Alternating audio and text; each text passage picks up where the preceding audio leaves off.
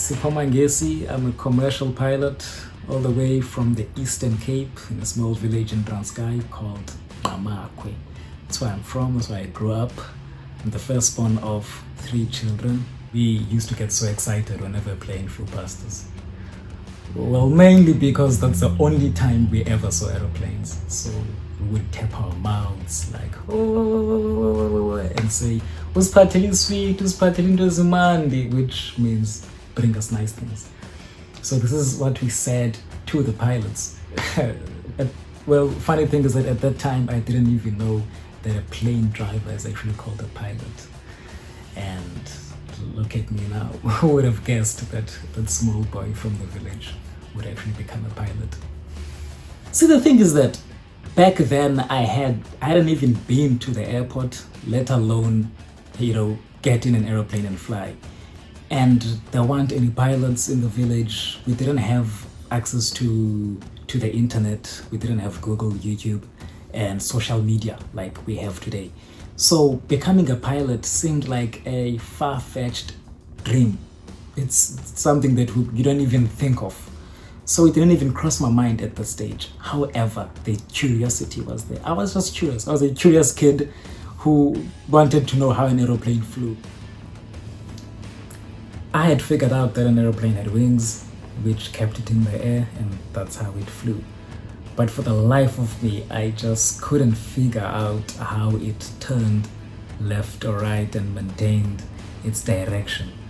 That, for me, was just mind-boggling.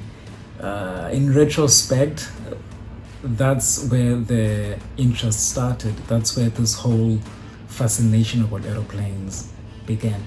Sadly, even when I got to high school, there still wasn't any information about the aviation industry. The teachers didn't know anything about aeroplanes. We had career exhibitions, yes, but none of them spoke about becoming a pilot. So I thought I'd just become an engineer. By some coincidence, when I was in grade 12, I happened to see an advertisement where the Air Force was recruiting pilots. I applied, got called in for the selection process, and when I got there, I saw an aeroplane up close for the very first time. When I got inside the aeroplane, even though it wasn't moving, it was still a big deal for me because that was the very first experience I had with an aeroplane. When I saw the cockpit, I knew right there and then that I was going to become a pilot. Sadly, the program with the Air Force never got off the ground. Unfortunately, I had gathered enough information about pilot training, so I went and I enrolled myself into a flying school. Got the shock of my life when I realized how expensive flight training is. That was challenge number 1. The money that my parents had saved for me to go study only lasted a couple of weeks at flying school. That's just how expensive pilot training is. So as a result, I spent most of the time at home because whenever I went to school, I would run out of funds. I applied for every single sponsorship there was under the sun. Sadly, didn't get anything. It was a really frustrating period for me. Even at the flying school, the people I had started training with had graduated. Some were working for big companies. Some even became flight instructors and were teaching me how to fly. The very same people I started with. Eventually, I got a bursary from the Eastern Cape Department of Transport, which changed my life forever.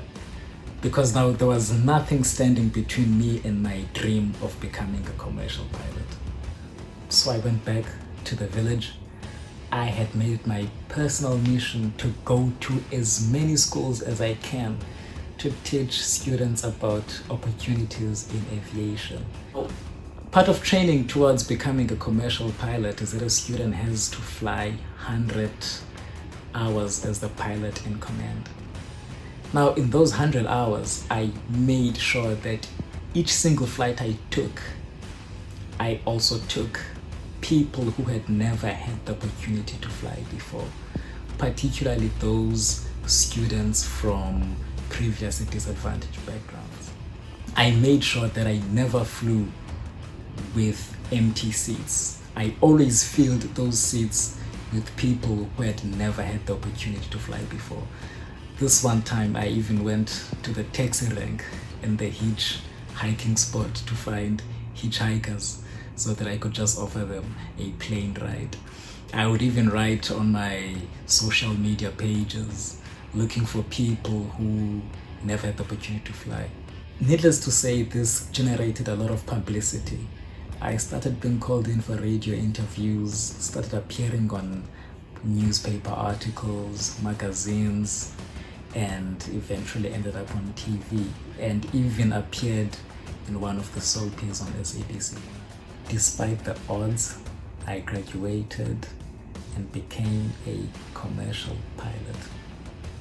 The very first passengers I ever had on a plane that I was personally flying was my mom and dad. That for me is the highlight of my entire life. All things are possible. There is nothing beyond your reach. The sky is not even the limit